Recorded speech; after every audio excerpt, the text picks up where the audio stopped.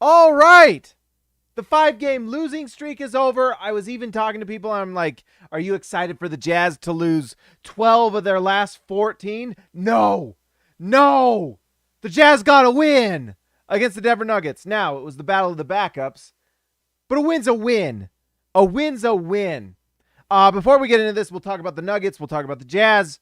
Make sure you like and subscribe to the channel. If you're new here, hit the like button to the video. Subscribe to the channel. And if you want to be a part of the chat, if you want to support the channel, if you want to be a part of the All-Stars, join the channel. It would be great. All right. Let's talk about the Denver Nuggets real quick and then the Utah Jazz. It's really hard to talk too much about either of these teams, really. I mean, if you're a Nuggets fan, you shouldn't feel too bad because both teams didn't have their best players, and it was a home game in Utah, and I believe this was a back end of a back-to-back for Denver. But it's a Jazz win, and when you have lost as much as the Jazz are right now, you'll take it. All right, so let's just get into this a little bit. Watch and just look at a few things.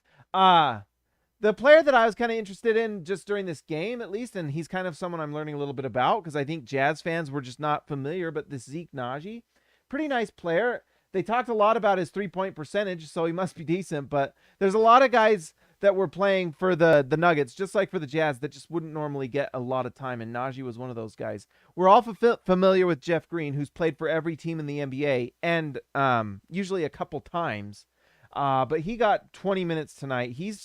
You know what? I don't know, Nuggets fans. You let me know in the comments what you think. I just don't know if he really just contributes to winning, honestly. He'll have moments like he does with every single team. He'll have a moment where you go, wow, look at that, and then it's just gone.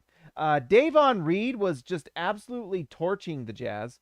5 for 7 from the field, 3 for 5 from 3. He didn't seem to play as much in the second half, but in the first half, the Nuggets went like 6 for 7 from 3, and we're just torching Utah. It honestly was kind of, at a certain point, you're like, okay, are they just going to blow the Jazz out of their own building with this three-point shooting? But they ended up not doing that. So if you're a Jazz fan, you're happy. Bryn Forbes, look at these numbers. 10 for 13 from the field, 4 for 5 from 3. He was absolutely on fire tonight. That was a nice pickup. If nothing for this game, to almost get the win, right? But that guy was just born to shoot a basketball. He's unbelievable shooting the ball. Now, I don't think he can defend at all, but he can definitely shoot it. And when you've got guys like this around Jokic, that's great. Bones Highland was someone I really loved in the draft, and it's interesting. Last time they played, Bones Highland didn't play as good against Utah, but tonight it's nice to see the percentages up. 10 points, let's see, 7 assists for Highland. That's nice stuff right there. Look at that, 10 and 7. Pretty nice night if you're a Nuggets fan, just to see something like that, to see these guys developing. The Nuggets always seem to just develop their guys. They develop their guys, and they have good guys. Let's pop this chat out just to make sure I'm not missing anything. Nope, we are not. Sorry, Nuggets fans. I don't have much else to say because you didn't play your MVP guy, and you're also missing You were missing Aaron Gordon. Obviously, Jamal Murray's still out, so not much else to say. I'm not going to talk about any more than I need to about someone like Austin Rivers. For the Utah Jazz, hey, a win! The Jazz won. Honestly, we should all just be excited because the Jazz got a victory. We're talking about a victory here for Utah. A win! A win! And you know what's interesting? There were certain players on this team that just didn't quite play as well as you would have liked. I would have liked to see Bojan Bogdanovic have a better night than he did tonight. Bogdanovic goes 5 for 16 from the field, 0 for 3 from 3, and the Jazz win. What's interesting is he was a plus 10. That's crazy to me. And I think you got to give all the credit in the world with Mike Conley, who was a plus minus even. The shooting right there is actually pretty honestly okay, especially as the best player on the floor for Utah, the focal point of the offense. Conley goes 6 for 14 from the field and 3 for 5 from 3. 17 points, 5 assists. Pretty awesome. Let's just look at them because I think a lot of these were to Doak, and we got to give Doak a little bit of credit. I feel like Doak lately is becoming that guy that the media, the Utah media at least, just kind of likes to rag on. But right there, that's the kick out to 3. Shout out to Trent Forrest knocking down the 3, by the way. How nice was that? Let's see here. Let's just zoom this out. Assist there to Bogey. pretty much a gimme right there. Right here, he's in the pick and roll with Doak. Gives it to Doak. And shout out to Doak for just the slam. My goodness. Shout out to Doak. Doak takes a lot of crap on Twitter, by the way. And I think he deserves a little more credit than he gets. Right there, just a nice little post pass to Rudy Gay, who was not very great tonight. I actually thought Rudy Gay was just okay tonight. Finally here, he gets an assist for this? Oh, wait, no, this was that big play where Mike Malone lost his mind. The pass to Rudy Gay, and boom, makes it. Rudy Gay, I think, in the fourth quarter was actually pretty good, so we should not be too hard on Rudy Gay. He just can't shoot the ball lately. Holy smokes. But anyways, Bojan is still struggling with that broken finger. It just feels like, the Jazz can't get a lot of luck with these guys. They can't stay healthy, it seems like, coming in the playoffs. It's a rough stretch for Utah. January was just terrible. But let's talk about Doak a little bit. Doak gets a lot of crap, and I hear a lot of people on Jazz podcasts and Jazz media and all these people online just saying Doak is bad. Doak is not bad. Now, is Doak going to be a starting center in the NBA? Probably not. No. I think Doak has a chance to be a backup center if he can continue to develop. And I thought about this during the game. I tweeted about it. Doak's had 2 pretty insane ankle injuries. 2 of them that looked like his leg was broken.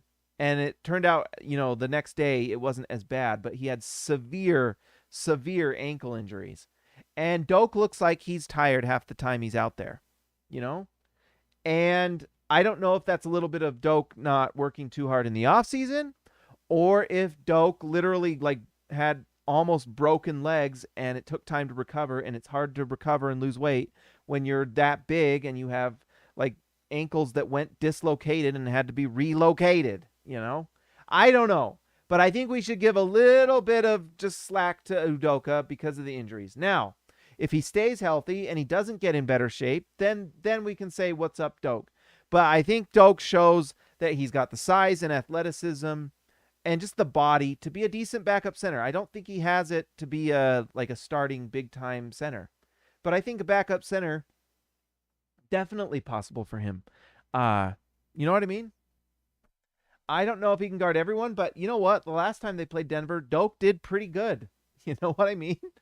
Doak did half decent against Jokic. Now, Jokic got his, but I felt like, you know what? Doak did about as good on Jokic as most centers do. So I think we should give credit to Doak for having a nice night tonight. And he played 21 minutes. He was positive in the field goal percentage, 8 points, 10 rebounds. He had 2 blocks, plus 11. Shutting up the haters a little bit tonight was Doak. Just a little bit. Trent Forrest might have been the best player on the floor tonight, and that includes Mike Conley, who was really good. Look at this from Trent Forrest. Trent Forrest took 7 shots tonight and had 18 points. 18 points on 7 shots for Trent Forrest. He was fantastic tonight. When he plays with confidence and the ball is in his hands, it's fantastic. He is a smart player. There was a few times where I was watching him direct traffic. He's got a little bit of that coach on the floor. He's a smart, high basketball IQ guy. He made that corner 3, 1 for 1. So, there you go. He had 8 assists tonight. 18 points, 8 assists, 7 shots for Trent Forrest. Fantastic. Fantastic. He is shutting me up because there were a lot of moments this year where and honestly at times, rightfully so, because he has struggled at times. But Forrest is absolutely just getting better and better. He really is. He is looking like the backup point guard that the Jazz can use and be happy with. That as well as Jared Butler. The Jazz all of a sudden have a wealth of riches at backup point guard. But Mike Conley was solid tonight, being the main focal point of the offense. Trent Forrest played more minutes, and that's a luxury for Mike that Trent Forrest can play like this and be out there and be such a positive. And we know the defense that Trent Forrest can play. So pretty exciting stuff from Trent Forrest. I would not be surprised. The Jazz really should lock him up. Get him a contract because he's been awesome. Royce O'Neal had a very nice night. 6 for 9 from the field. And nice. A very nice night for Royce O'Neal. But it's not even just the 15 points. Shooting 6 for 9 from the field. 1 for 4 from 3 is fine. but 3 rebounds, 2 steals, 1 assist. There were so many hustle plays from Royce O'Neal. Like offensive rebounds. Let's watch these because I think one of these was that he had like 2. He had that offensive rebound that honestly helped win the game. Let's see right here. This is a defensive rebound for Royce, so this looks like it's just like a... Oh, did I do steals? That was a rebound? Okay. But anyways, here we go. Look at this. Okay, this isn't the one. It's the next one. Okay, look at this. This was the offensive rebound that saved the game. Let's blow this up. Look at this. Trent Forrest goes in. Butler, by the way, Butler... Here, wait, pause. Okay. This play right here, Butler takes the shot. Remember, the play before this, Butler traveled, and he said, my bad. Butler takes the shot this time. Learn from the mistake. But anyways, Butler takes the shot. He does miss it, although it looked good. Look at Royce O'Neal battling amongst the trees, and then he comes out. Remember, he passes the ball. The shot's missed again. Royce then offensive rebounds again and throws the ball off the Denver Nuggets player, and it helped win the game. Royce O'Neal made winning play after winning play after winning play tonight. So give credit to Royce. He was a beast tonight, and it was as important to the win tonight as anybody. Trent Forrest was fantastic. Now let's talk about my man crush. Let's just do it. Oh my gosh, 0 for 5. 3-point shot took a hit tonight. He could have been even better. That's the thing. The shot wasn't falling, but typically it will. That's crazy, actually. 10 points, 3 assists for Jared Butler, who looks like he's starting to understand things a little bit.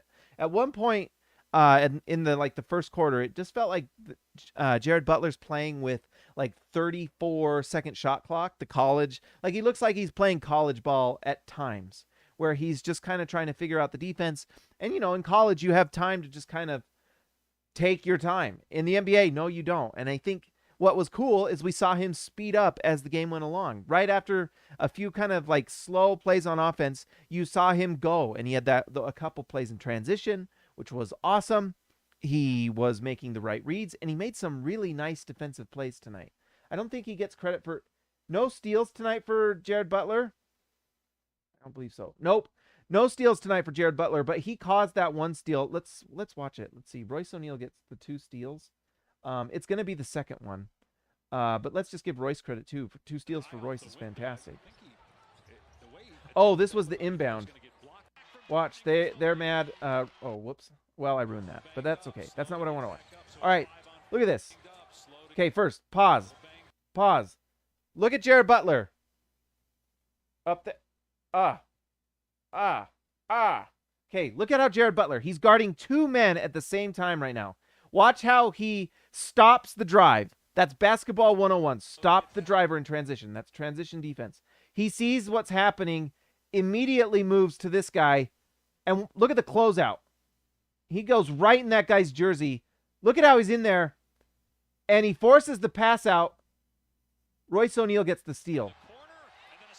That was caused by Jared Butler. Jared Butler created that steal.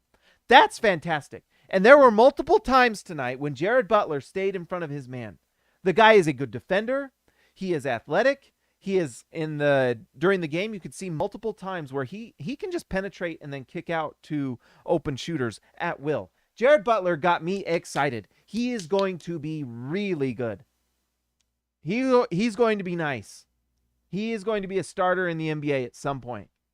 You know, I mean, I could be wrong, but when you're seeing some of the things he does, and if he can continue to get better, if he can take a step next year, he's the type of guy that can take a leap, honestly.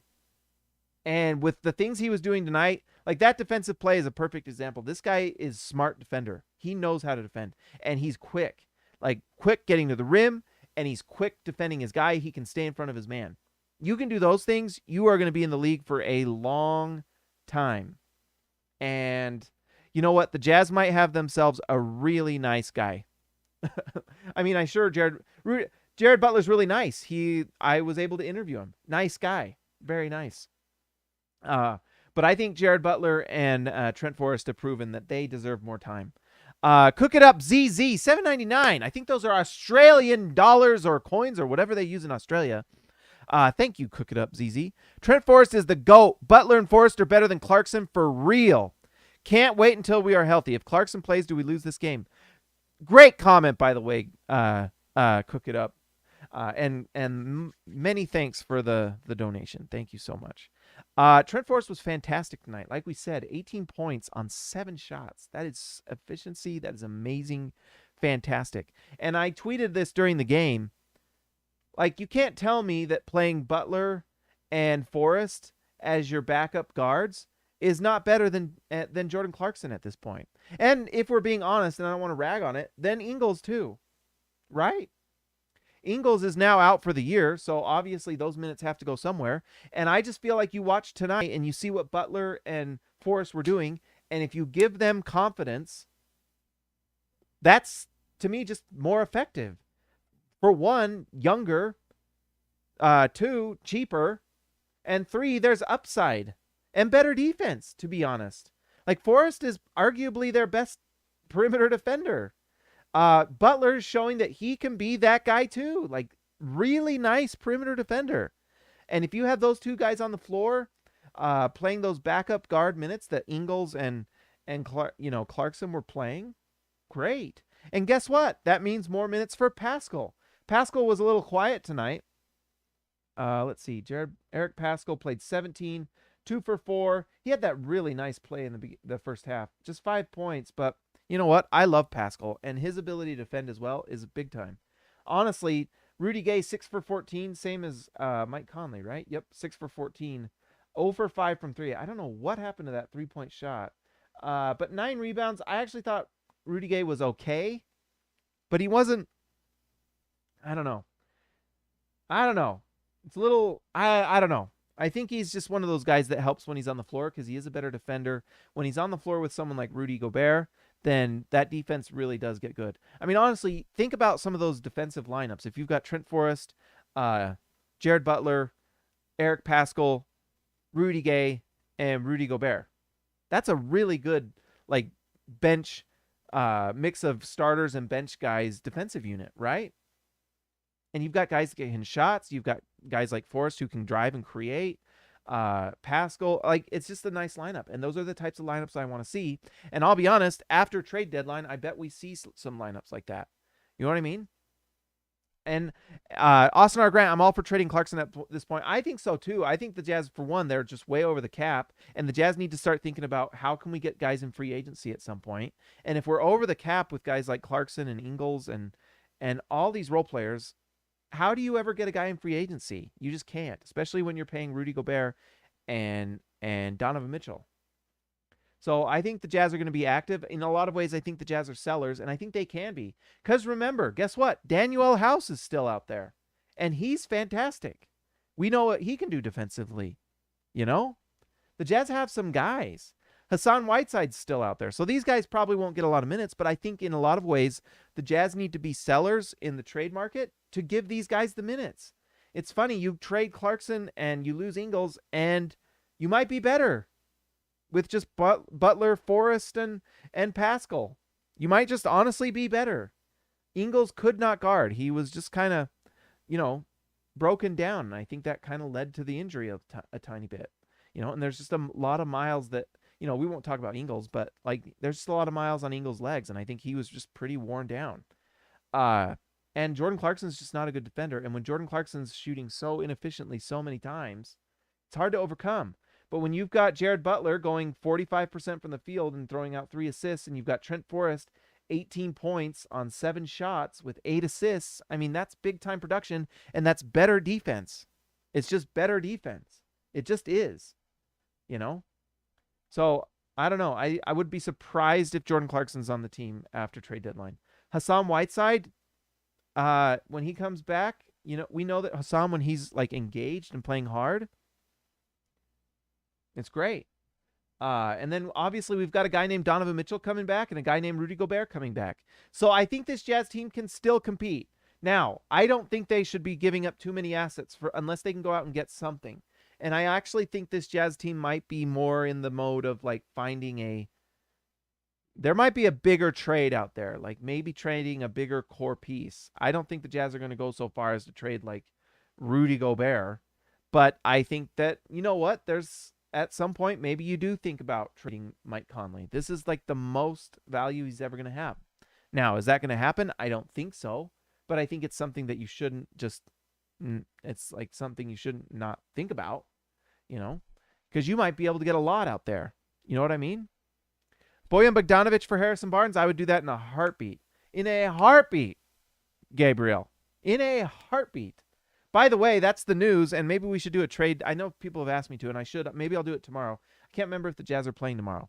But if they're not, I'll try to see if I can do a video. Maybe I'll just do one at some point.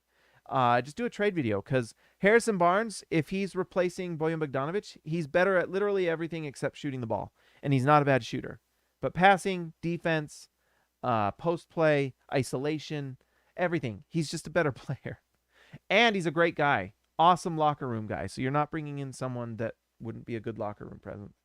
That would be awesome.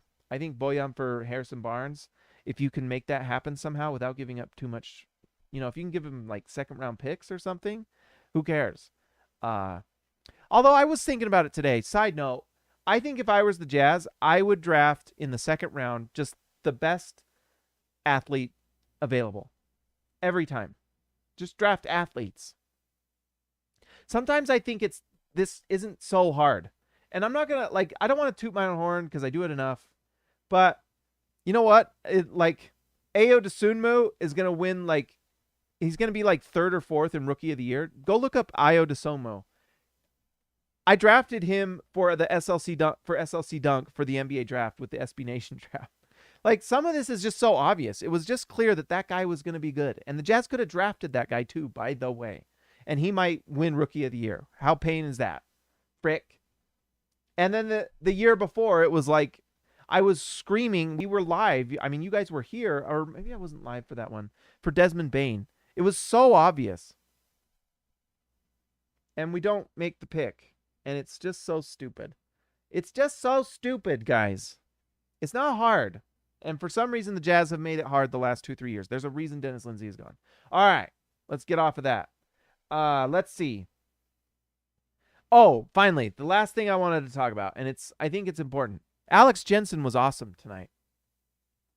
Alex Jensen was awesome. Awesome. You know what I loved? The lineups were fluid. There were multiple times where he was interchanging one guy, bringing in this guy or that guy to try this different thing. He was trying different lineups with Jared Butler and Mike Conley and Trent Forrest, and those guys were just interchanging. There was a lot of going on, and I loved it. I loved it. I loved it. With 4 minutes left, he had Jared Butler on the floor. And I'm so used to the same players being on the floor for certain periods of time. The way Quinn has it is just like we've talked about, rotations. It's just at this 7-minute mark is when this change happens. At this 8-minute mark is when this change happens. And this, and this, and this. And that's how it goes. And there is no adjustment whatsoever. And the same players are on the floor at the same times doing the same things every single game. You know what was freaking cool? And maybe it's just because so many guys were out, is seeing so many different guys on and off the floor, coming in and out. It was freaking awesome. It was so fun. I loved it. I'm a fan of Alex Jensen at this point. Big fan. Big fan. He's fantastic. So we'll see what happens. But I think the Jazz, who knows what happens by the end of the year. But I think we have gotten a little flavor of what Alex Jensen can do. And I like it. I like it. It's nice to see. It is nice to see that. So anyways, 4 minutes left. Jared Butler's on the floor. Because I'm used to Quinn Snyder and everything just being, this is what it is. I thought that was what they were in close with. 3 minutes left. He brings in Trent Forrest. And it was a good move. And Trent Forrest had an awesome night and deserved all these minutes. Trent Forrest led the team in minutes, right? 38. Trent Forrest was freaking awesome tonight. And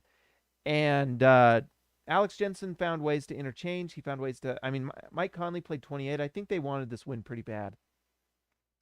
And they got it. And it's impressive. And I think you got to give a lot of credit to Alex Jensen. He did a really good job. He did a really good job. Elijah Hughes, 2 for 4, 1 for 3. He struggled to defend. He's got to be a little better defensively. But we've seen him shoot the ball, and 2 for 4 from the field. You can do worse than that. But he struggled to defend, and he's had a couple rough games. But you know what's nice to see is Jared Butler starting to succeed. 29 minutes. And Alex Jensen would have pulled him.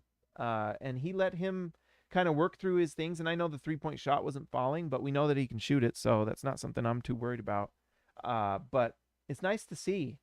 What you want to see from your rookies is flashes. And we're seeing more and more flashes. Like, not just a flash, but we're starting to see flash, flash, flash. And you start seeing them closer together and more plays. And then you start seeing consistency. And you start seeing guys figure out what they can and can't do.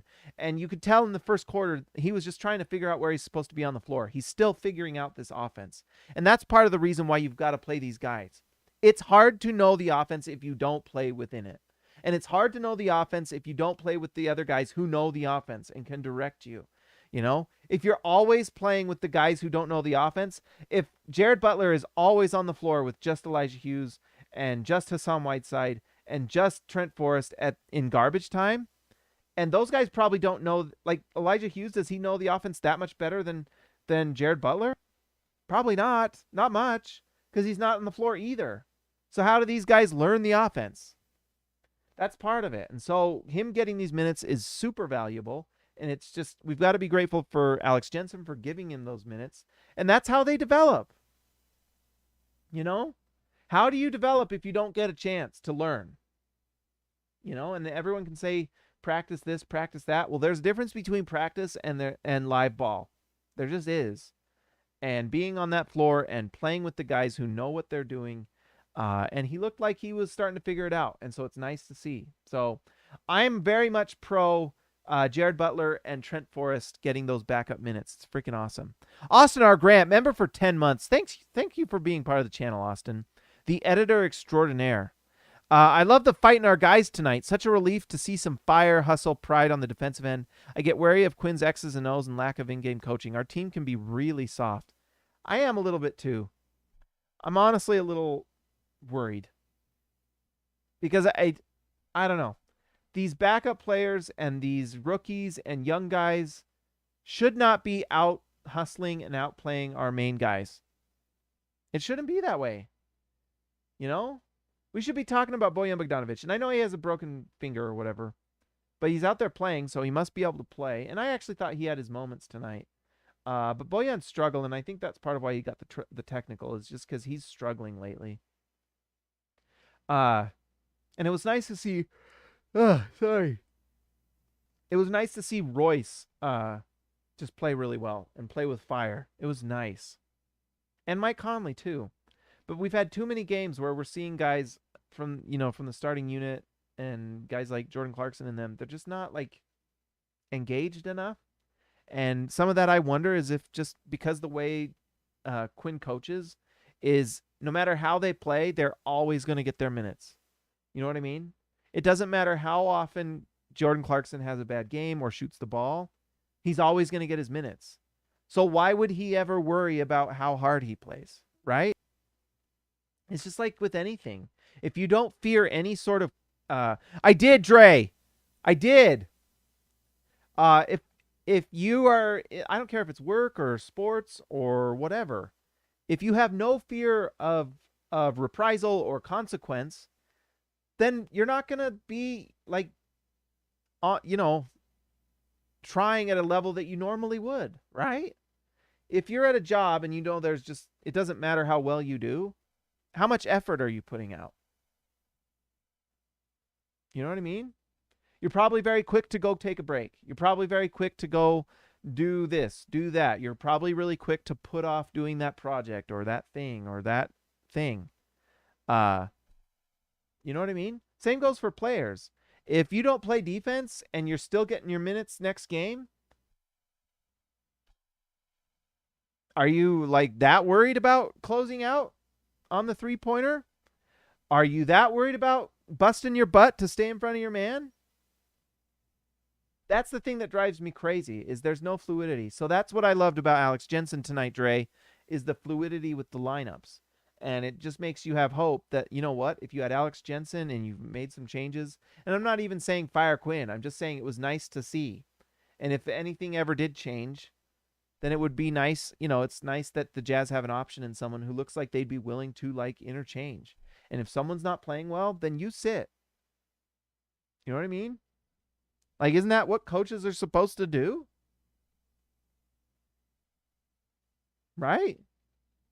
If you're not defending, you sit. And if you don't do it consistently, then you don't start. And if that still doesn't work, then you don't play for the Jazz, right? That's the levels. Like, that's just NBA basketball. That's just coaching. That's just managing a team. But if you're just like, oh, he gets blown by every single time, the effort's not really there. There's your 25 minutes next game. Who cares? I don't love that. I don't love that. And then you see guys like Trent Forrest who come in and play really hard.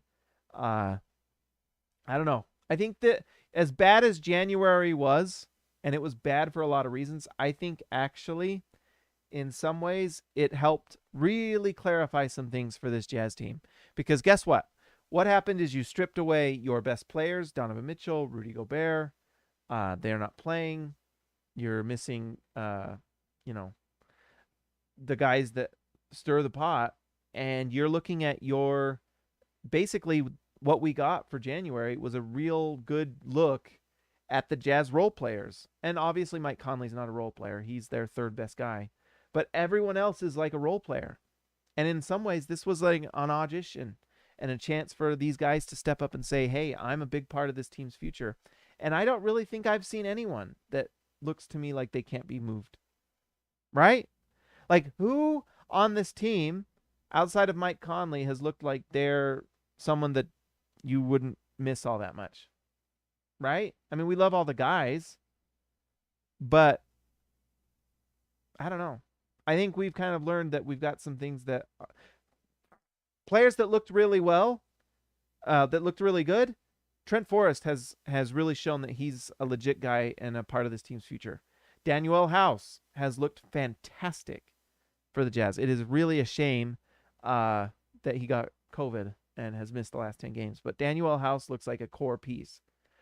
Jared Butler looks like a promising rookie that he has a chance to really get good if he actually got minutes. Royce O'Neal has struggled. It was nice to see him tonight, but Royce's stock hasn't really risen for me. Bojan Bogdanovic's stock hasn't really gone up or down. Like, you'd think that with the way people talk about the starting unit, you'd think that with Mike Conley and Bojan Bogdanovic, you could at least win more than like 2 games in a 14-game stretch. You know what I mean? So when someone tells me Bojan Bogdanovic is like, you've got to have Bojan Bogdanovic, I don't know. I think the last month kind of told us you could probably be okay if you traded him, right? Probably. So anyways, I think that's the show. And even Rudy Gay, you know what I mean? I don't think Rudy Gay's been just like, I think he's been solid. I think you'd probably rather keep Rudy Gay than not, but I don't think anyone has really looked untradeable. Jordan Clarkson has certainly looked tradable. 100%.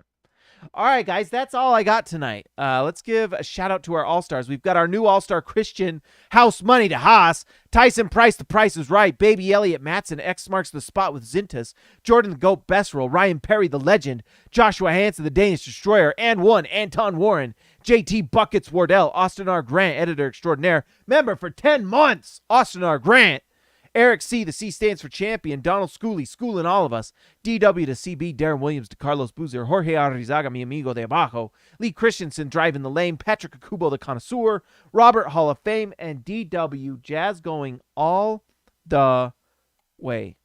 Guys, you guys are awesome. If you're new here, like and subscribe to the channel. If you've been a watcher for a while, you know what? Join the channel. Why not? It supports me and helps me do this, and I appreciate it, and it's fantastic, and I would be grateful, and I'm grateful to everyone who's part of this channel. Anyways, that's all I've got. Guys, like and subscribe. Like I said, I will talk to you next time.